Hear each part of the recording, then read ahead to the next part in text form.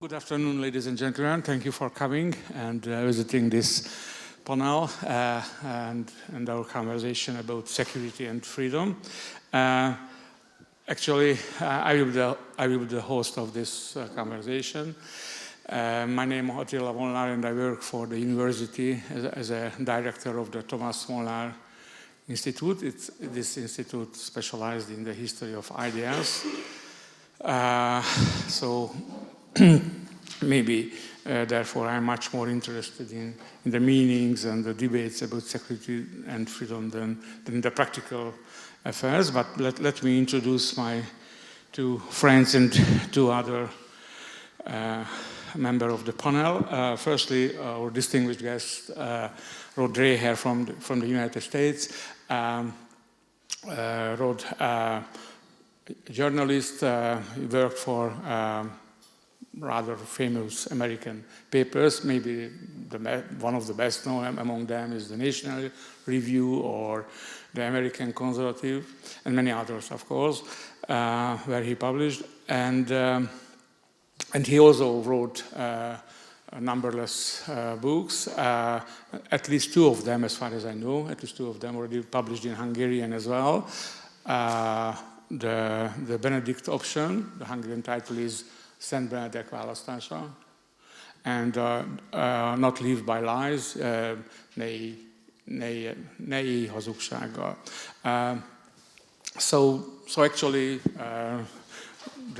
Rod is rather close to my interest because he's specialized in the problem of the modernity and cultural and social problems of modernity, and how the conservative people can live and react to this world, to this contemporary world.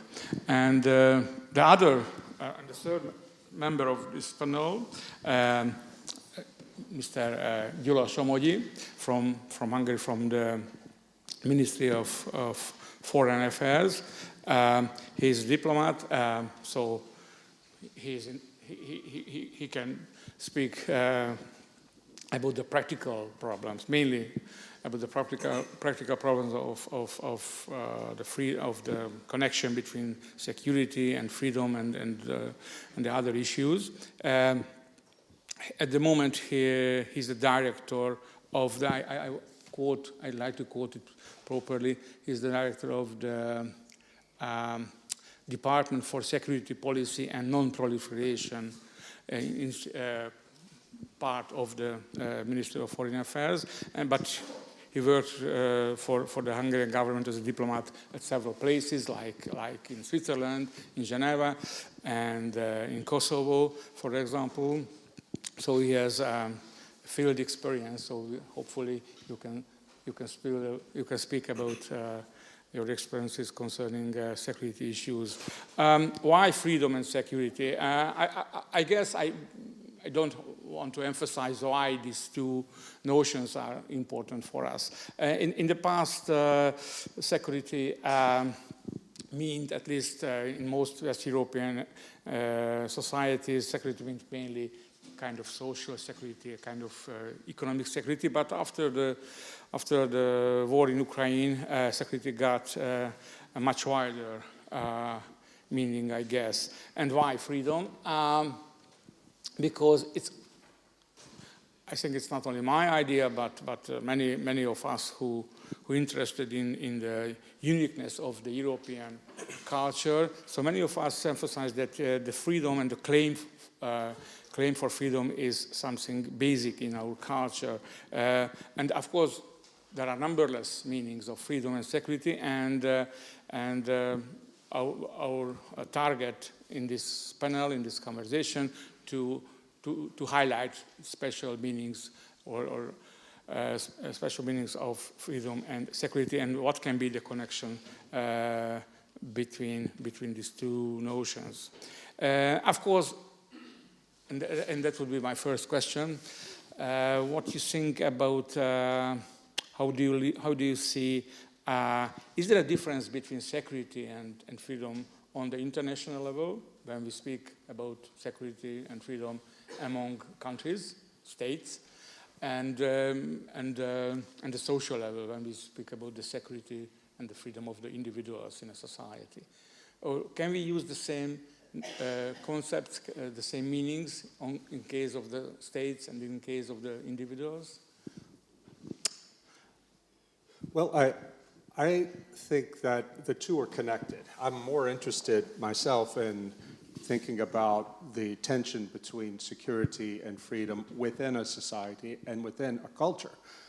But it's also the case that if we don't have stability in the international community, then everybody's security is at risk, because weak states, weak societies can't defend themselves. And I'm thinking about what's happening now to the West in terms of our own disintegration. It's a very broad topic, but I think about my own country, the United States. Since I've been living in Hungary for the last 2 years, it has become so much more clear to me how much trouble America is in. I knew it living in America, but to step outside of my own country for a time, it's really, really concerning. And I think the reason it's in trouble, and the reason Western Europe is right there too, is because we have become too liberal. We place too much emphasis on freedom. And I mean liberal in the classical liberal sense, individual liberty, free speech, etc. I'm a classical liberal in most ways. I want to live in a place with free speech, freedom of religion, and all of these things. But we have got to the point where liberalism, meaning the liberation of the individual from any unchosen obligations, any restraints, has succeeded. But now we find we live in a dystopia that is falling apart. Hannah Arendt, the great German Jewish political theorist, in her... Yeah, what's that? And finally American. And finally American. She, in her first great book, The Origins of Totalitarianism, she set out to identify why Germany and Russia succumbed to totalitarianisms of the right and the left. And she came up with a general list of symptoms of a pre-totalitarian society.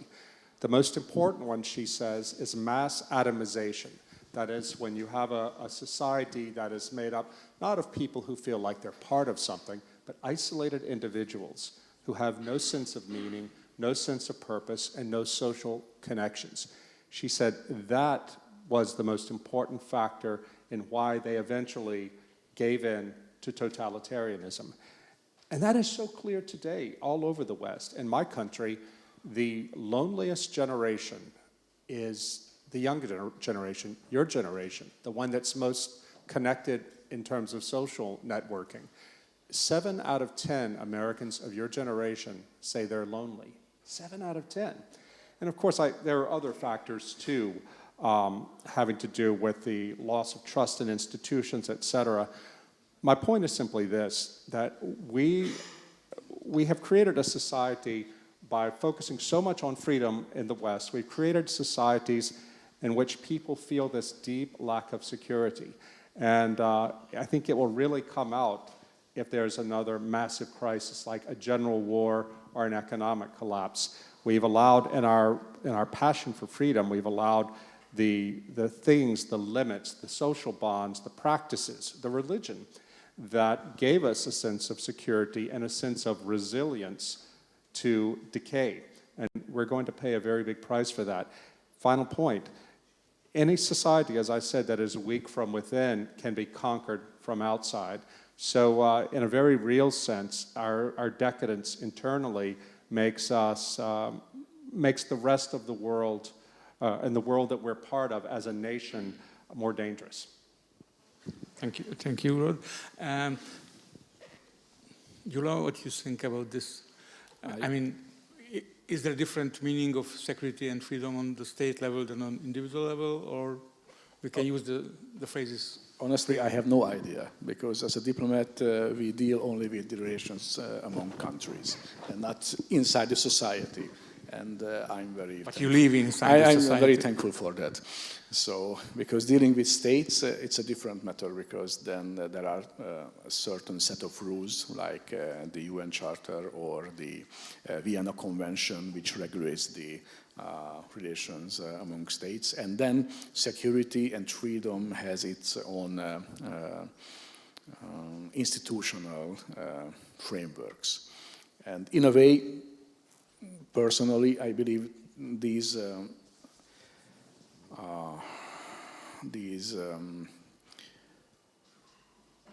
parts of our life, security and freedom, are both connected to the state and the individual level, of course.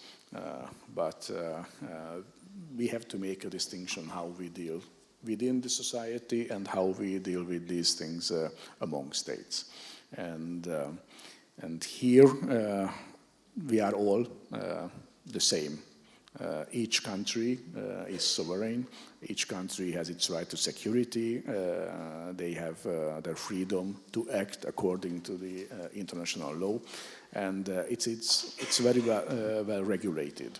And in this part, at least at the law level, for example, religion has no play, because it's the state acts. Whether it's governed by a religious leadership or not, they have to adhere to the same international laws and regulation, to the rule-based order.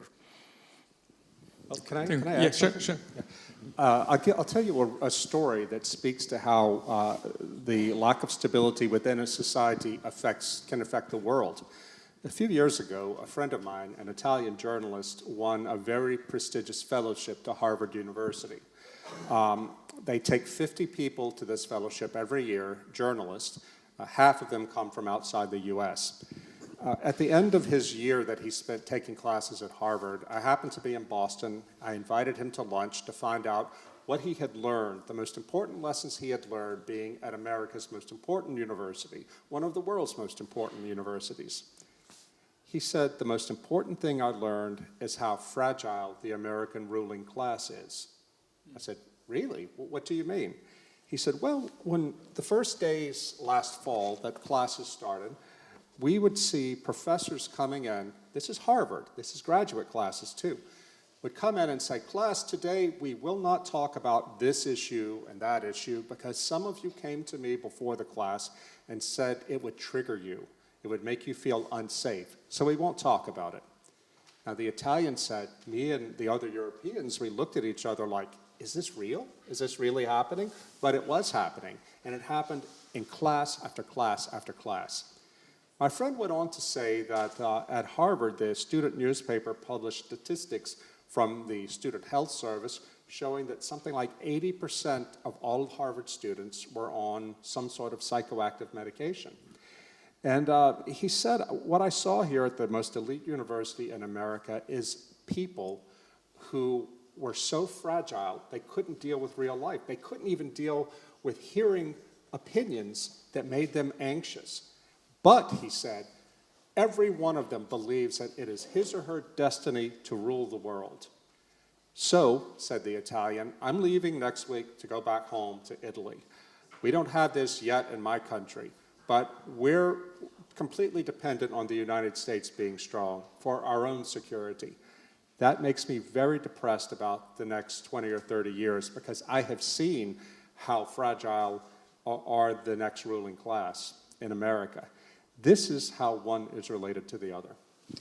But it seems to me that what you mentioned now about the fragility of at least of the students, university students, is a little bit contradictory to your previous remark when you said that that American society too liberal, so too individualized, so there is too wide freedom for the individual. So actually, when we read the reflections to the contemporary societies in US or in Europe, actually you can find both kinds of complaints. I mean, some people say that the freedom is too wide. People can choose their gender and rather crazy things. On the other hand, many people experience a very strong control. I mean, for example, perhaps you know the phrase, the surveillance capitalism, when everything controlled by cameras in the public transport and in offices everywhere. So it seems to me that we experience at the same time a kind of totalitarianism, one hand, and the other hand, paradoxically, too much freedom. Yeah, and that the two are connected in paradoxical ways. Yeah, paradoxically, but we experience both. We do, because was it Dostoevsky who said, absolute freedom leads to absolute tyranny, meaning that people who have no inner self-control and who don't have the normal things in civil society, family, networks of friends, civic associations, etc., you can't keep a society together like that. Inevitably, you are going to surrender then to control to keep things together. In other words, a society that cannot police itself becomes inevitably a police state. This is why what Hannah Arendt was saying, when people have so much liberty that they are just isolated into themselves, they become subject to totalitarianism because they want something that gives them a sense of meaning and connection and solidarity, even if it has to be imposed on them. So, if I understand you well, it's much better if our society and the security in society is based on our common morality instead of the state administration and the law enforcement agencies and things like that. And I would like to, Gyula, do you think that in foreign affairs, in the world politics, can you see any kind of moral self-control in diplomacy or in the politics among states? Or maybe the realists are right and there is only the naked self-interest in the international level? So is there any kind of moral self-regulation in international cases? I mean, or simply everyone follow his country interest, and that's all. Maybe it will be a bit of a surprise as an example, but I would use the rule of consensus in the framework of NATO or EU in decision making, because then you have, as a state, the security, the feel of security that your opinion, your standpoint will matter, because you can reach a decision only if all member states are not opposing a certain decision. And you have the freedom also to express your interest in that fora. So using consensus, we can have a much stronger decision together. So this maybe connects to the moral part, that we have to reach consensus, which provides the security and freedom for each state to express their wishes in certain fora. Contrary to another solution when you need only 2/3 majority in decision making, and you might feel betrayed or omitted if the majority opinion wins in that decision, because you might feel that you were left behind, while in consensus you are also part of the deal. Yeah, but what we can see inside the society, that consensus or consent in general is rather broken, at least in many issues. In the hot issues like, let's say, abortion, for example, or gender issues, in many other questions, the consensus is broken.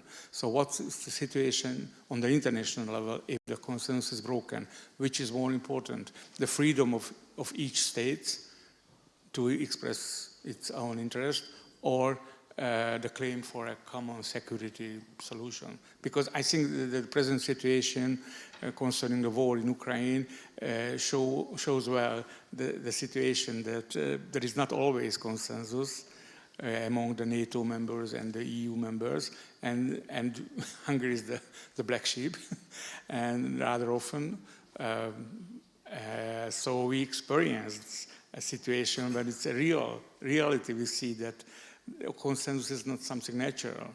So in that case, is there any, you think that, what you think, is there any kind of general pattern what we should follow? I mean, let's follow our freedom, our sovereignty, our sovereign decision-making process as Hungarian government, or it would be much better to prefer the international security and follow this decision-making process, mainly dominated by United States and other big countries.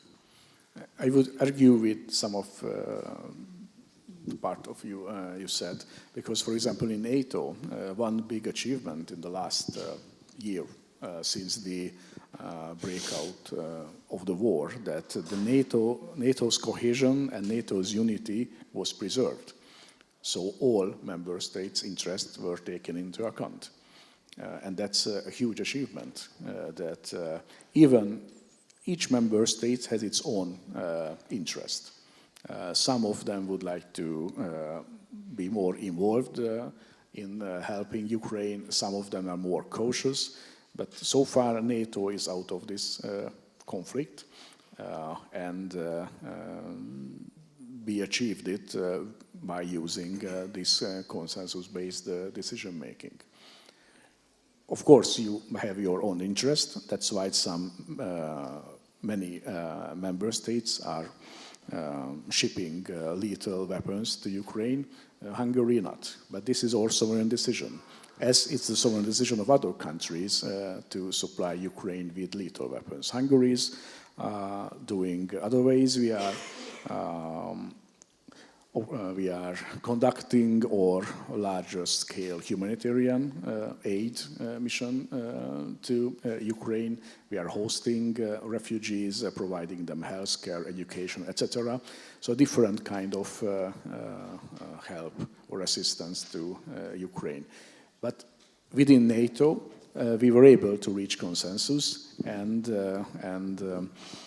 secure that NATO is out of war. And this is a huge achievement, I believe. Mm-hmm. Thank you.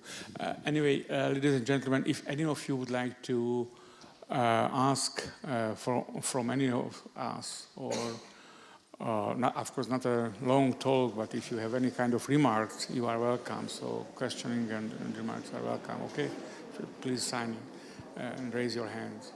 Okay.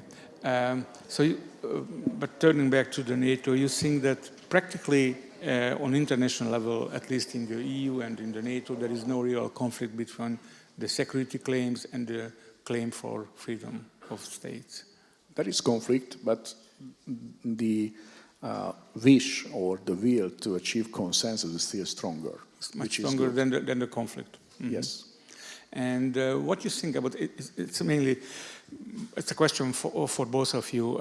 What you think about the American foreign policy, which emphasized since President Carter the human rights? So it seems for many people in the world that U.S. would like to spread the liberal concept or liberal notion of freedom. Rather often it's called as a democracy export or something like this. So do you think that liberty or freedom can be exported from, whether we like it or not, I mean the American version, whether we like it or not, can it be exported into Hungary, into Russia, into Iraq or Afghanistan? Well, Washington certainly hopes it can and acts like it can, and I hate that. Living here in Hungary has made me much more aware of both the hard and the soft power of the United States to bully small countries like Hungary into doing what Washington wants it to do. And I have to say that I'm old enough to remember the end of the Cold War and Ronald Reagan, a great president. I believed strongly what he had to say about the evil of the Soviet Empire. I think he was right then. I believe he was right now. On the other hand, what we have seen develop over the last few decades, especially after 9/11, is this messianic, utopian American idea that we must spread American-style liberal democracy to every corner of the earth so all of mankind can be free. I'm sorry, but a liberal would say that, okay, there was some failure of the democracy export, but we can, as liberals, we can show some good examples. For example, Germany after the Second World War, or Kosovo, you know much better the situation in Kosovo. You think that the kind of liberty, or any kind of liberty, could be exported into Kosovo and this region of Europe, I mean the Balkanian region? You think it succeeded, I mean this export of liberal society? That's a very tricky question for a diplomat. I'm sorry. Okay, let's keep it. But in case of the U.S.-Kosovo relations... I'm sorry, but you know my situation is much easier because I am an academic, so I can say... And I'm a journalist, I can say anything. And I cannot. Well, let me put it... You can keep silent. Well, let me put it like this. I'm not completely against helping other countries to find their way to liberal democracy, but what we see is that in Germany and in Japan after the Second World War, you had, first of all, two nations that were completely defeated, but also nations that had the cultural resources to adopt the mindset of liberal democracy. It was not as difficult to make them or help them find their way to liberal democracy as in, for example, Iraq. The problem is so many Americans, and I remember I was one of these right after 9/11. I was in New York on September 11th. I saw the South Tower fall with my own eyes, and I was so full of anger at the Islamic terrorists for doing that I believed anything my government had to say. And so I was 100% in favor of the Iraq war, and because deep down I wanted some Muslims to suffer. I'm not proud of that at all, but that's how I thought. But I disguised it from myself because I thought, oh no, we must help these people be free. And when others would say, some conservatives would say, now wait a minute, you know, the Iraqi people, it's a very tribal country, a very Islamic country. You can't just go there, take out Saddam, and it's going to be a liberal democracy. People like me said, you must be a racist. Do you think Arabs can't have liberal democracy? But that's not what they were saying at all. But that's the sort of language and way of thinking that people like me who were in favor of the war used. In 2004, President George Bush gave his second inaugural address in which he said that our national security interests and our moral duties are one and the same now. We, the United States, must go abroad to defeat evil wherever it is. And that's when I thought, oh my God, we've become a utopian tyranny. And I later came to regret the Iraq war very much. And I think I was telling Julia before we started, I think that's my most important political lesson. Because I would like to see everybody in the world live under freedom, under liberal democracy, but not everybody is ready for it, and not everybody wants it.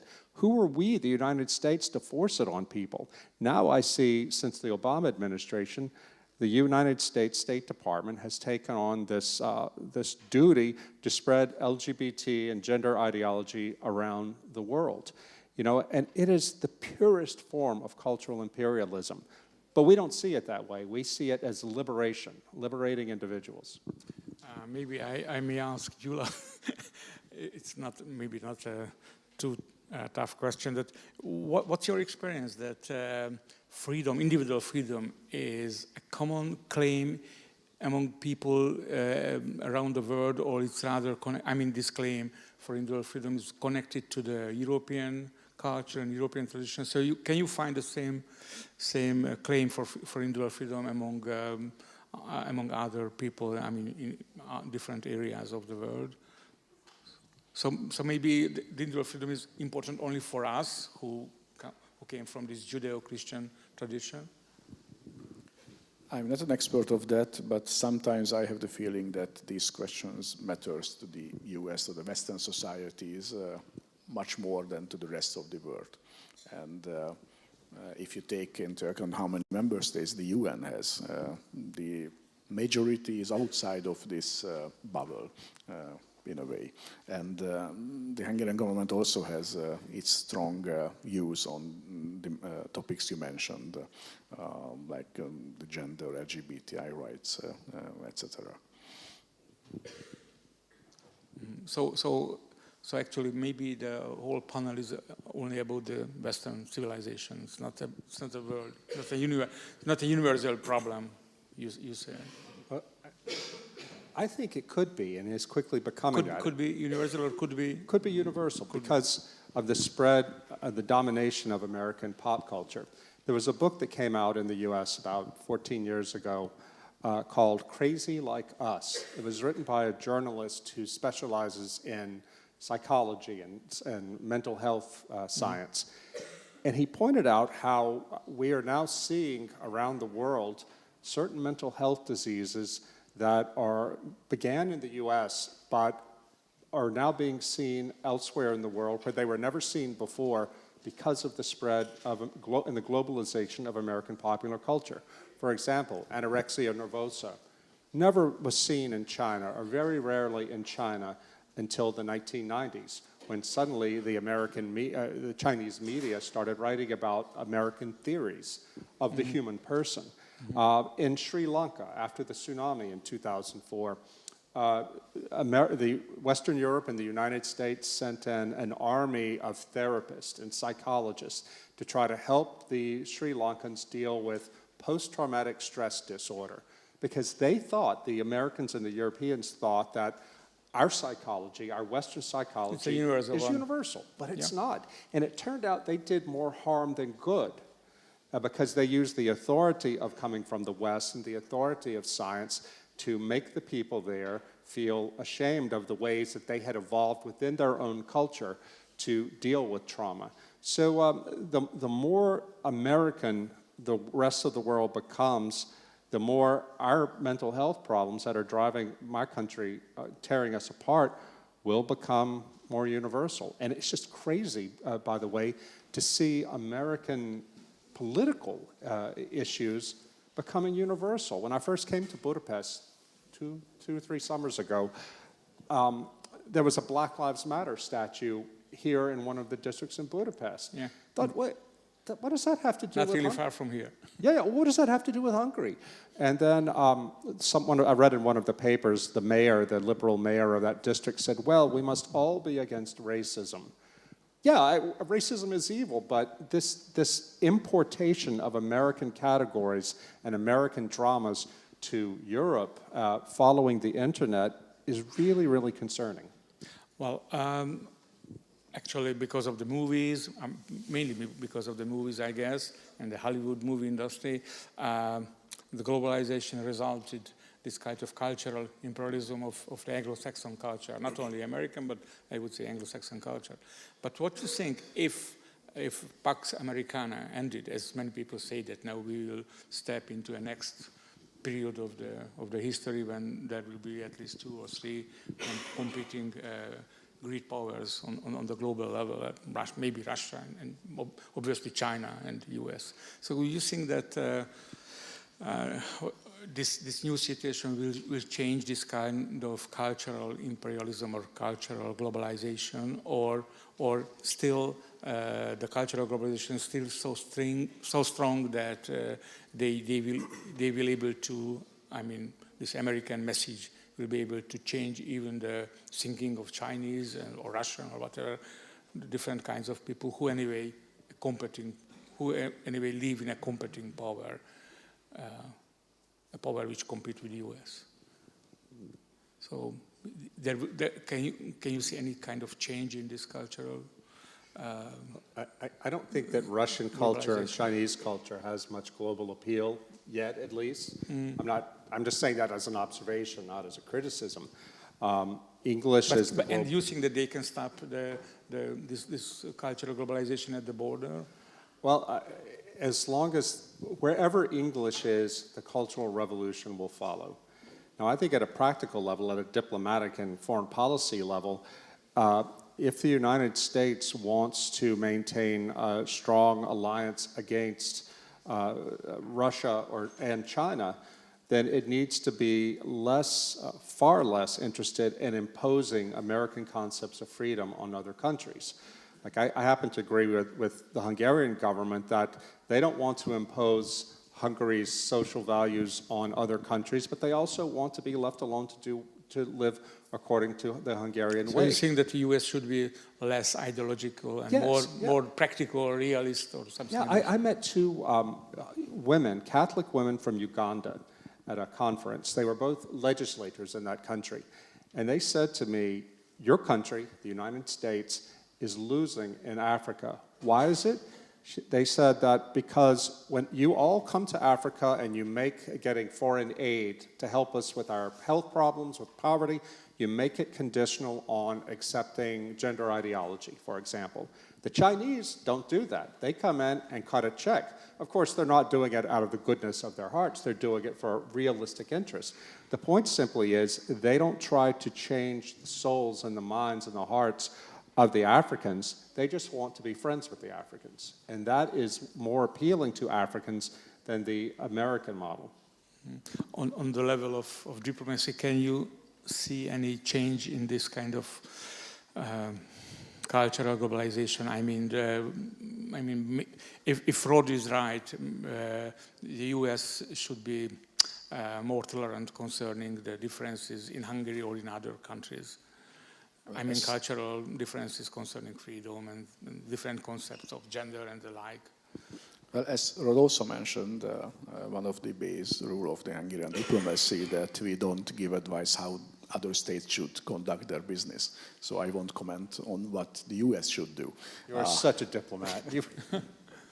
I'm sorry for that. Okay, not but on the cultural side, because in my previous jobs, I happened to be involved in cultural diplomacy as well. If you take the example of the mangas, and I guess our audience know the manga as well. If you are traveling the world, you will find manga stores everywhere. So certain type of cultural products has its appeal from the Far East to the West, as going to the opposite way. When the mobile gaming started, and then it was all invented back in the US with the opening of the iOS for outsider developers. But then later, it became one of the most lucrative business in China with its own app stores, its own cultural products, etc. So these cultural transfers are going back and forth. So you cannot stop it at the border because of the internet. I guess there are more competitors than we had 20 years before because of globalization, because of new technologies, because of new security challenges emanating from new technologies. But this also provides kind of pathways for certain type of products. Not for everything, but for certain types, which can be appealing for the young generation especially. So you think that there is a kind of mutual change among cultures, not only one direction spreading of, let's say, American concept of way of life? If you read quite many science fiction novels, and I'm a big fan of science fiction novels, especially the visionary ones, then those writers imagine a future when culture is a kind of uniting people, and different part of cultures are infused by other type of cultures and creating new products. So I guess in the future, these transfers will be stronger and stronger. Mm-hmm. I have to say that depresses me, the idea that we would be unified under one culture. Whenever I travel around the world and I see places that have been turned into one big shopping mall that could be anywhere in America, and we've done this to my country too. You know, suddenly everywhere looks the same, and you don't know where you are. I find that to be a great loss, and I feel weirdly defensive. This isn't my country, but I feel weirdly defensive of Hungary and other nations that they can find some way to protect what is theirs. And I don't think you can really do that by setting up legal barriers. Maybe to some degree you can, but mostly it has to be in teaching young people to love what is theirs and to be proud of what is theirs and not to be ashamed of it. That is the only sure way to keep your own culture alive. But I think you also have to recognize the hegemony, the imperialism that comes from cultural powers like the United States. I'll give you an example of how what the culture makers in my own country are doing to Americans. 2 years ago, when I was here in Hungary, I had a meeting with Katalin Novak, who was then the family minister, and her cabinet. It was just part of my fellowship. She came and said that, sorry, we're late, but the government they told us we're going to have this new media law put in to keep LGBT material away from children. I said to her, oh, did you see the Blue's Clues Pride Parade? She said, what? I said, well, Blue's Clues is a very popular American show for very small children. My kids watched it when they were little. It's been going on for 15, 20 years, but now it's gotten very, very woke. Just last month, in Pride Month, they had a cartoon for the children teaching them a marching song for the Pride Parade about the 2 mommies, the 2 daddies, the 3 parents, the transgender, et cetera, et cetera. And they were teaching this to little kids who are not even kindergarten age. All of these Hungarians, I mean, these are sophisticated Hungarians. They didn't come straight from the farm. They were shocked. They couldn't believe that this was happening in America, that we were allowing little children to be colonized by this. Well, it's gotten much, much worse since then. And so many parents feel powerless in the face of this. Any comment? No. Okay. Any comments or questions or remarks? Okay. But turning back to the other point, the security, you think that that when we speak about security, it means not only the individual security, but the security of the culture, security of the family life, security of the whole way of life in your country. So it means that defending security and freedom at the same time means a different kind of thinking about security and freedom, and in general, different kind of thinking about social life or cultural life. So it means for me that the problem today is that we have a way of thinking, in a contemporary way of thinking, what is against a good freedom and a good security, and in general. So maybe we should change something, and we should say and think differently. I think that because it means also that, for me at least, that it contains. I mean, this idea would contain the danger of being ideological. Could you give an example? Well, if we say that, well, we should if we say that our thinking and way of life is not really good because we are closing a kind of Armageddon or collapse of our civilization and so on and so forth, and somebody would say that, okay, I have an idea, let's think and live differently in this way. For example, in Germany, 100 years ago, there was a movement called conservative revolutionaries. And never heard about them? No, but that conservative revolutionaries, it's a German idea. And unfortunately, they are not popular, actually, because unfortunately, some of them got rather close to the Nazi party. But they said that, well, we have to create a new culture, a new institution. So what are worth conserving?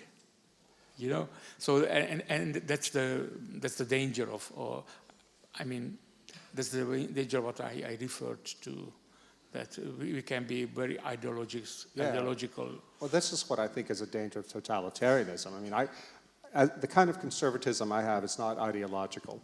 I believe that's what I'd like to emphasize, that our tradition disappeared, and now we have a contemporary way of life which is not worth keeping. Yeah, well, but your point is a good one, because if people within a society don't believe that the current society and its structures are worth preserving, then it will fall. I think this is something that worries a lot of American conservatives, because if you look at the opinion polls, trust in all of our major institutions is very low in the United States. And in the U.S. military in particular, it's collapsing quickly. Now, there are lots of reasons for that. Some people say it's the wokeness that has come into the military. But for whatever reason, many, many, many people, an increasing number of people, do not feel that they have a place in society and that our society is worth defending. Now, this is a crisis. I don't understand why the leaders in Washington and the leaders of institutions don't get this. In the same way with the church, the Catholic Church, for example, we can see that throughout the West, not only the Catholic Church, but all forms of religion are in decline. And yet the leadership of the religions, they seem to be content to manage this decline. They don't seem to be thinking, where does this stop? How do we turn it around? How do we help people feel that they have a greater stake in preserving this institution, this way of life, these values that are instantiated within these institutions? Mm-hmm. So practically, if you are right, and more or less I can agree with you that most of us, or at least a large part of society, don't like the way of life, what they practice. So it means for me that we don't like our life, but we don't have the capacity or ability to change and for better. Didn't Livy say that around the end of the Roman Republic? He said that we can't live with our vices and we can't live with their cure. Yeah, it was written by Tacit, probably. Something to that effect. Yeah, and that is, I think, a sense of the crisis that we have in the United States. So many people, especially conservatives, want to believe that if we just vote the right way, then all of these problems will be solved. Well, no, it won't, because a lot of the problems came from the worship of the free market that a lot of people on the right did. We're now learning that you have to have bounds. The free market is good, but you have to have bounds on them, boundaries. There have to be limits. Americans don't like to hear about limits of any kind, but because they believe in the freedom of the cowboy, the freedom of the wide open range. What we're learning now, though, is that if there are no limits, then you will dissolve and you will be lost. It seems to me that in the contemporary dominant movement, I mean the woke movement, the main target is the concept of nature as something limiting the individual freedom. So nature is now a real enemy, and if you speak in sake of the nature, you are a kind of fascist or something like this. No, that's what's coming, and this is driven, I think, in part by technology. But we really think that we can conquer even nature by the application of technology and law and changing the language. Right? I keep going back to gender ideology because I think it is the most important fight of our time precisely because of that, because it is a war on reality itself.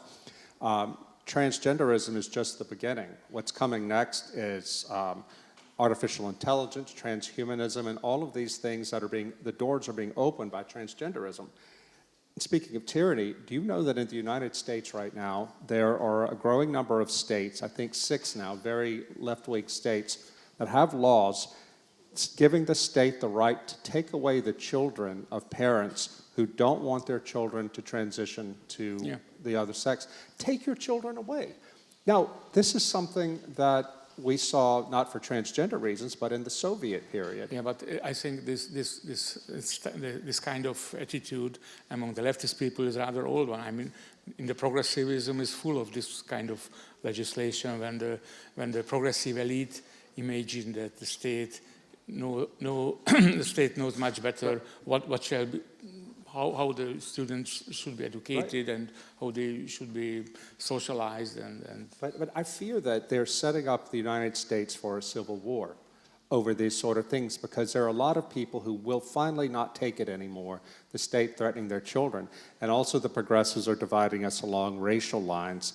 And it's the kind of thing where this is what freedom has devolved into. Without a general consensus, whether it's based in religion or some other generally shared values, we have no way to resolve our differences, and it becomes then a matter of